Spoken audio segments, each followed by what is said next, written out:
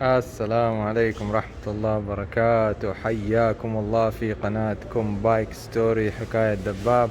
حكايتنا اليوم من معرض سوزوكي لتغطية هذا الدباب الجميل السوزوكي الجي ان 125. هذا الدباب معروف من أشهر الدبابات عالميا وليس محليا، على أساس أنه عملي ويسافروا فيه في المناطق في بعض البلدان.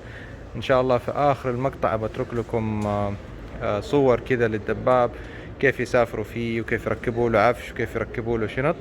لكن الآن قبل ما نبدأ التغطية بناخذ لفة حوالين الدباب كذا سريعة، نوريكم الدباب من جميع الجهات. هذه من الجهة اليمين، وهذه هنا مقدمة الدباب، المصابيح الأمامية.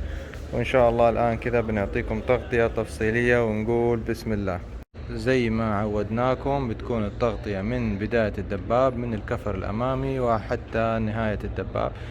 هذا الكفر الأمامي، وجاي الجنط الأمامي مقاس 18 بوصة، يعني مقاس الكفر 18 بوصة. وجاي نظام المكابح على جنب واحد.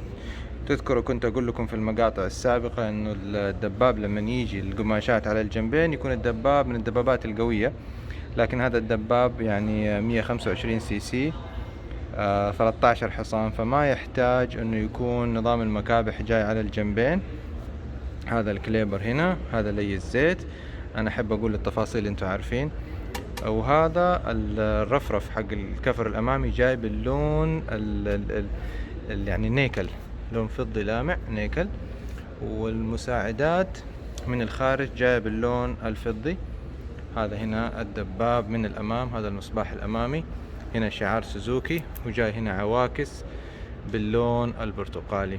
أنا سبحان الله يعني حبيت أسوي تغطية لهذا الدباب. لي معاه بعض الذكريات. في فترة من الفترات سكته فترة كذا، ويعني تقدروا تقولوا إني تعلمت عليه. يعني الأساس إن اللي يعني تعلمت القيادة على هذا الدباب. أول دباب تعلمت عليه القيادة كان هوندا مقاس 50، وكان جير عادي. هذا الكلام زمان، يعني أتوقع ذاك الدباب ما عاد موجود منه، لكن أكثر وقت تعلمت فيه فكان على نفس هذا الدباب.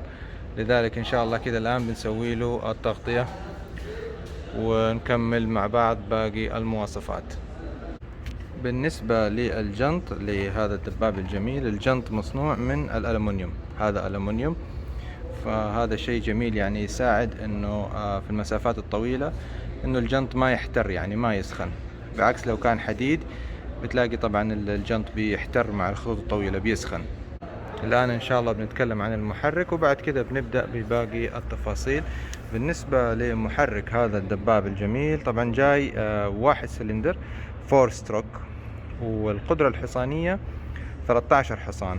النظام حقن الوقود كربوريتر، و 125 سي سي زي ما انتم شايفين هنا، المقاس 125، فهو 125 سي سي.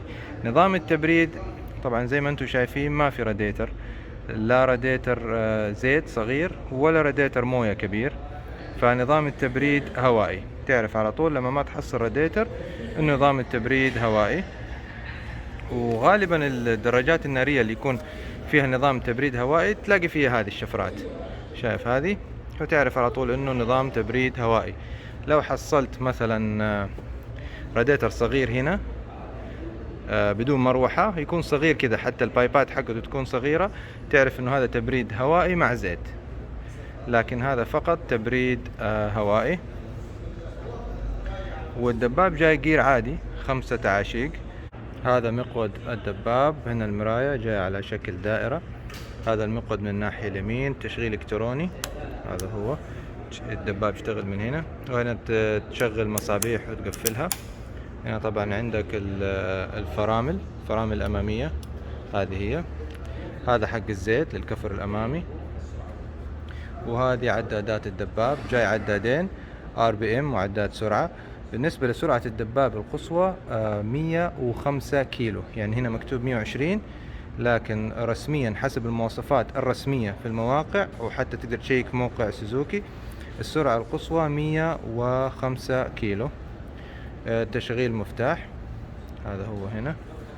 وهذا المقود من الناحية اليسار، عندك هنا الكلتش، وهذه البوري، وهذه المؤشرات يمين ويسار. وهذا هنا التنكي، هذا مفتاح التنكي. سعة التنكي 10 لتر. هذا هو التنكي جاي مع شعار سوزوكي باللون الذهبي. هنا كاتبين لك انه الماكينة تاخذ 850 ملي، يعني علبة الا 150 ملي. وهذا عيار الزيت. هنا يقول لك اذا لو او فل، اذا الزيت فل او منخفض. وهنا المكان هنا كاتبين لك اويل فلتر. من هذا المكان لما تيجي تبغى تغير فلتر الزيت تفك هذه الثلاثة صواميل وتغير فلتر الزيت. ايضا بالنسبة للماكينة، هذا السلندر موجود داخل هذا الجزء من المحرك. هذا تعرف انه على طول سلندر واحد. وهذا البوجي راكب هنا، وهذا سلك البوجي.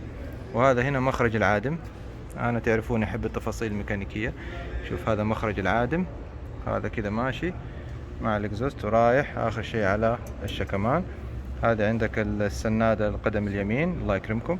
وهذه هنا دواسة الفرامل الخلفية. وهذه هنا السنادة للراكب الخلفي. بالنسبة للفرامل الخلفية جاي نظام يسموه درم، يعني طبلة. هذه هنا ما هي ديسك يعني زي الفرامل الأمامية. الفرامل الأمامية نظام ديسك، لكن هذه يسموها درم يعني طبلة. ما هي بقوة الديسك لكن كويسة، يعني تمشي الحال. تكون أوفر من نظام الديسك، لأن هذا الدباب طبعا سعره منافس. الآن إن شاء الله بنكتب لكم سعره. شوف كيف لما أضغط الفرامل يتحرك الجزء هذا حق الدرم. هذه المساعدات الخلفية جاية على الجنبين، في اليمين وفي اليسار. وتقدر تتحكم في المستويات حقتها. هذه هي تقدر تتحكم في المستوى المساعد، 5 مستويات. هذا عندك 1 2 3 4 5 مستويات للمساعد الخلفي. وهذا شكل الدباب من الجهة الخلفية. هذا المصباح الخلفي والمؤشرات اليمين واليسار. طبعا جميع هذه المصابيح نظام هالوجين وليست LED. هذا هنا الرفرف الخلفي جاي باللون النيكل. وزي ما ذكرت انه مقاس الجنط الامامي 18 بوصة، لكن مقاس الجنط الخلفي 16 بوصة. وهذا الجنط ايضا ألمنيوم. نظام ناقل الحركة نظام جنزير، هذا هو. وبالنسبة للشيء الجميل اللي جاي مع هذا الدباب انه جاي مع سناد جانبي، هذا هو. وجاي مع سنتر ستاند اللي واقف عليه الدباب دحين. هذه السنادة الخلفية للراكب الخلفي. هنا طبعا يعطيك ضغط الكفر، كم تحط ضغط الكفر الأمامي أو ضغط الكفر الخلفي على حسب الوزن. في شيء بالنسبة لهذا الدباب جميل جدا صراحة. يقول لك الدباب هذا يتحمل وزن 150 كيلو، ما مجموعه 150 كيلو. يعني سواء كانوا اثنين راكبين على الدباب، أهم شيء الاثنين يكون وزنهم مجموع وزنهم 150 كيلو. أو إذا كان فقط السائق مع العفش يكونوا كلهم مع بعض 150 كيلو. يعني مثلا لو قلنا وزن السائق 100 كيلو، يقدر يشيل عفش إلى 50 كيلو. المهم إنه مجموع اللي يقدر يشيله هذا الدباب 150 كيلو. هذا شكل الدباب من الناحية اليسار. هذه الماكينة جير عادي زي ما ذكرت لكم، 5 تعاشيق. وهذه هنا القطع المحرك من الناحية اليسار. هذا هو الكربوريتر. هذا هنا الكربوريتر. وهذا طبعا زي ما ذكرت لكم هذا الدباب 1 سلندر. هنا حاطين رقم رقم المحرك. هذه باقي التفاصيل هنا. هذا البوري راكب هنا. وهذه أجزاء الدباب من الناحية اليسار.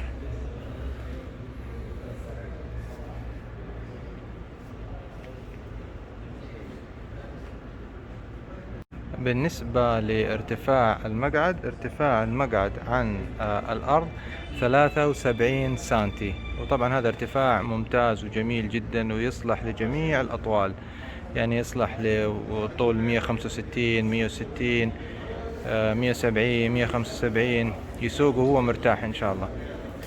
وبالنسبة لوزن الدباب، وزنه صراحة جميل جدا، وزنه خفيف. يعني يعتبر من الدبابات اللي وزنها خفيف جدا. وزنه 107 كيلو، يعني بيكون ممتع جدا في القيادة. يعني شوف وزنه 107 كيلو، ويسمح لك تركب عليه وزن شامل الراكب والراكب الخلفي والعفش إلى 150 كيلو، فهذا طبعا رقم جدا جدا ممتاز. السؤال المهم، هل ينفع أركب عليه عفش؟ أيوة ينفع تركب عليه عفش، وإن شاء الله في نهاية المقطع بحط لكم صور متنوعة له كيف يسافروا فيه وكيف يحطوا عليه عفش. السؤال الثاني، هل ينفع أسافر فيه؟ أيوة طبعا ينفع أسافر فيه، وزي ما ذكرت إن شاء الله في نهاية المقطع بتشوفوا الصور كيف يسافروا فيه، كيف يركبوا عليه عفش، سواء أشخاص أو مجموعات.